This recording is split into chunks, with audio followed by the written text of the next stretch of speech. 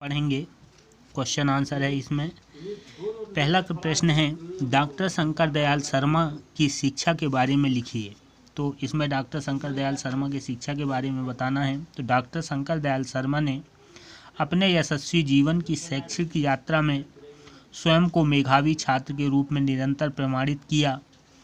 आपने हिंदी, अंग्रेजी, संस्कृत साहित्य में स्नातकोत्तर उपाधियां प्रथम स्थान में प्राप्त की। लखनऊ विश्वविद्यालय से कानून में पीएचडी की उपाधि प्राप्त की। तो ये है।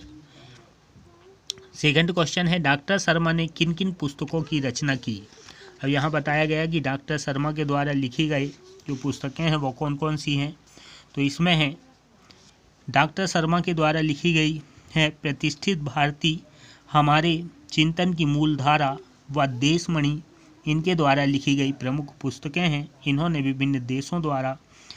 विभिन्न देशों द्वारा मानक उपाधियों से भी विभूषित किया गया। ठीक है।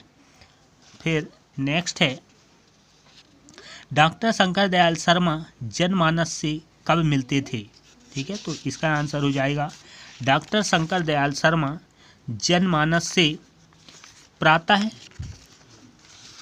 9 बजे से अपराह्न 1:30 बजे तक प्रतिदिन जन सामान्य से मिलते थे और वे इतने आत्मीयता से मिलते थे जैसे मानो अपने परिवारजनों से मिल रहे हों। फिर नेक्स्ट है, डॉक्टर शंकर दयाल शर्मा का अटल बिहारी वाजपेयी की काव्य सृजन में रुचि कैसे जागृत हुई। इसमें आपको लिखना है, उनके पिता श्री कृष्ण बिहारी वाजपेयी अध्यापक एवं कवि थे। अपने पिता की रचनाओं को पढ़ते पढ़ते अटल जी ने तुकबंदी करने लगे।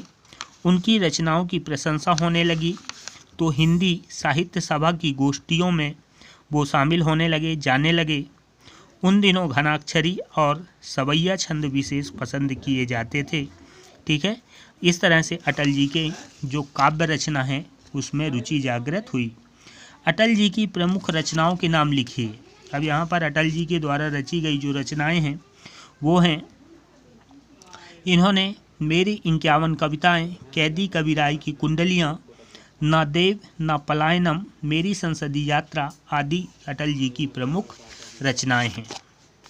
फिर है, बोलिए लिखिए, प्रतिनिधि विश्वविद्यालय, स्वतंत्रता संग्राम, सर्वोच्च, सही वर्तनी वाले शब्दों पर गोले लगाइए।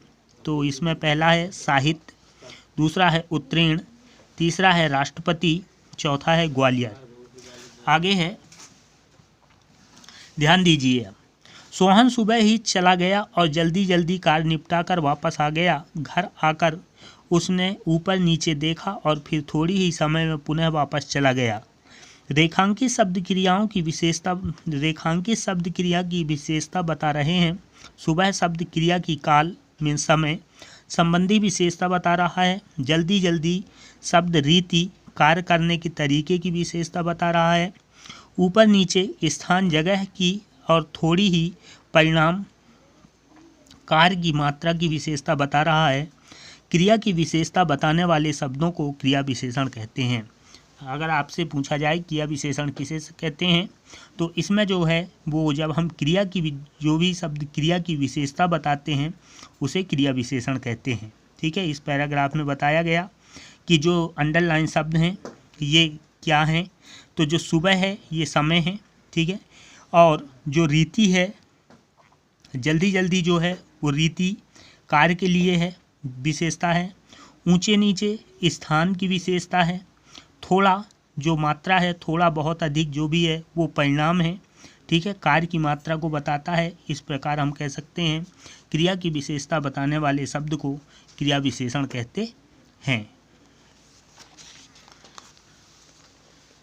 फिर नीचे दिए गए क्रिया विशेषणों को छांट कर लिखना है। इसमें से जो क्रिया विशेषण है वो आपको अलग करना है। तो पहले में बाहर, फिर थोड़ा, फिर नेक्स्ट है थर्ड नंबर में जोर जोर से, और फोर्थ नंबर में है बहुत। ठीक है। इसी तरह अब है, उदाहरण के अनुसार नीचे लिखे शब्दों के मूल शब्द और प्रत्यय अलग कीजिए। जैसे धनवान, धन प्लस वान।